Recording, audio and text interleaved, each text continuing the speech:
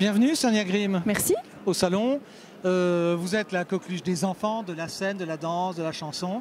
Et vous publiez un livre où, comme si un rideau tombait, l'Insoumise, vous racontez votre vie qui a été jusqu'à ces derniers temps un enfer. C'est stupéfiant pour votre public et pour les gens, on ne se rend pas compte. Vous êtes une chanteuse gaie, expansive. Les enfants, racontez-nous un peu ce que raconte l'Insoumise.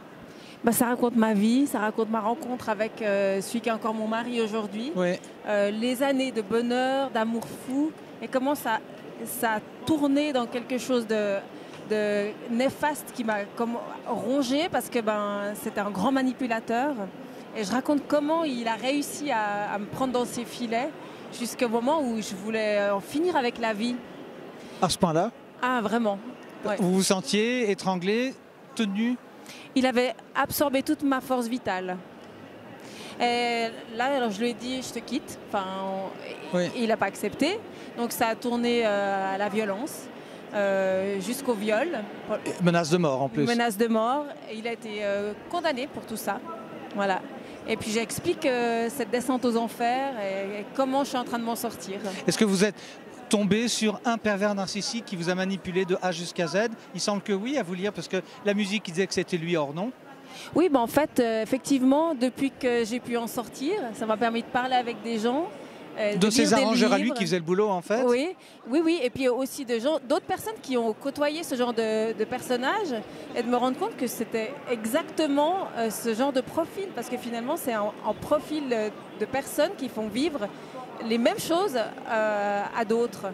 Hommes ou femmes, il n'y a pas de... Voilà, il paraît que c'est autant des femmes que des hommes, ouais. On va parler un peu musique, oui, quand même. Vous avez retrouvé votre autonomie maintenant? Oui.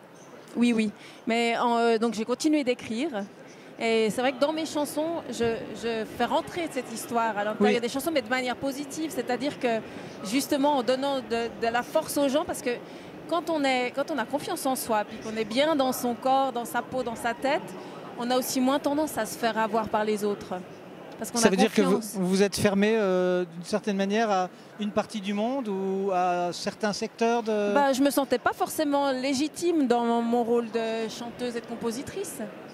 Mais vous avez retrouvé votre voix, entre guillemets, maintenant, depuis... oui. Alors maintenant, en fait, je continue. J'ai toujours été auteure-compositrice de mes chansons. Mais maintenant, je continue. Donc, j'ai formé une nouvelle équipe et je le fais moi. Et je vois qu'en fait, il n'était absolument pas indispensable, bien au contraire. Comment êtes-vous tombé dans les filets? L'amour est aveugle, on dit. Oui. Il est séduisant, on imagine bien qu'il est plaisant. Oui, et puis il me disait, je vais m'occuper de toi, on va faire une belle carrière, toi et moi on va aller loin. Et puis effectivement, ça a commencé, c'était tellement beau, les enfants qui rêvaient, c'était fou de faire des spectacles. Oui. Ça réalisait un de mes rêves. Et puis jusqu'au moment où ça tourne vinaigre et oui, c'est moi qui commence à devoir tout faire. Votre livre est très fort puisque vous vous adressez au loup, si j'ose dire, en lui disant tu d'un bout à l'autre. On ne sait pas qui c'est, on ne veut pas savoir qui c'est. Mais c'est dramatique parce que vous lui dites voilà, ça, il y a tu. Ouais. Mais c'est très scénique ça en même temps. Oui, je l'ai fait comme ça parce qu'à la base c'est un journal intime. Et j'avais besoin de lui écrire pour lui dire mais regarde ce que tu as gâché parce que je t'aimais. Puis regarde ce que tu m'as fait, puis tout le mal comme j'ai souffert. Et puis essaie de comprendre ce que j'ai vécu. C'est aussi pour ça que je l'ai écrit à la base, ce journal intime. Puis pour moi aussi, pour pouvoir voir noir sur blanc et comprendre pourquoi j'ai accepté, pourquoi je suis restée, je ne suis pas partie.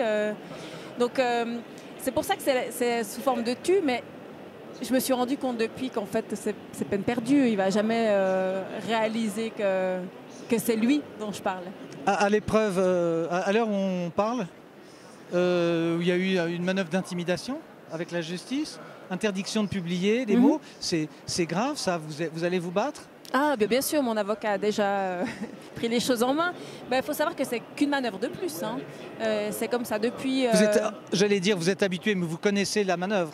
Voilà, c'est-à-dire que je suis tout le temps en train de me demander qu'est-ce qu'il va faire la prochaine fois. Parce que c'est un petit peu typique de ce genre de personnes, c'est qu'ils ne nous lâchent pas. Quand ils nous ont une proie, ils la gardent et ils n'acceptent pas qu'elle se libère et qu'elle fasse sa propre vie. Donc, tant qu'il peut, il garde une emprise jusqu'à la dernière possibilité qu'il va trouver, en fait.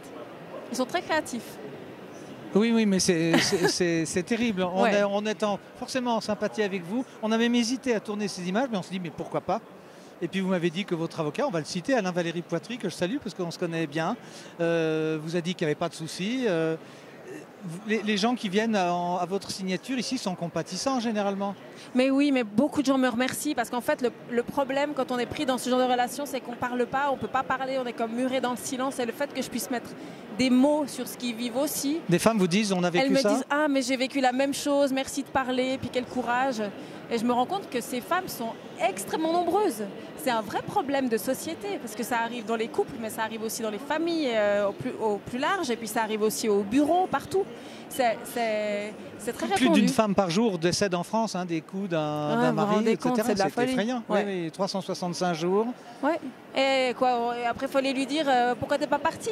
Non, on part pas parce qu'on peut pas partir. Vraiment, il faut arrêter de penser qu'il suffit de prendre sa valise et de partir. Ça se passe pas comme ça. Il y a toutes les ramifications sociales. Vous êtes des victimes, oui. On est des victimes et il y a toute une manipulation qui se fait dans notre entourage aussi pour passer pour le gentil et nous pour des fous. Comme quoi on délire, on invente. C'est terrible, oui, oui. Merci on d'avoir est décrédibilisé en fait, c'est ça. Oui, absolument. Ouais. Parce que tout se rajoute et les frustrés vont dire oui, mais c'est normal, c'est elle qui c'est dans la tête. Bah, et ça fait un doute auprès de l'entourage. Parce qu'ils sont très forts. Mais vous êtes bien entouré, je crois. Mais oui, maintenant. oui. Bon, votre prochain spectacle, ce sera pour quand? C'est en cours, je suis en pleine tournée actuellement. Dans la région? Oui, on joue à Genève, à Tonnay le 27 mai.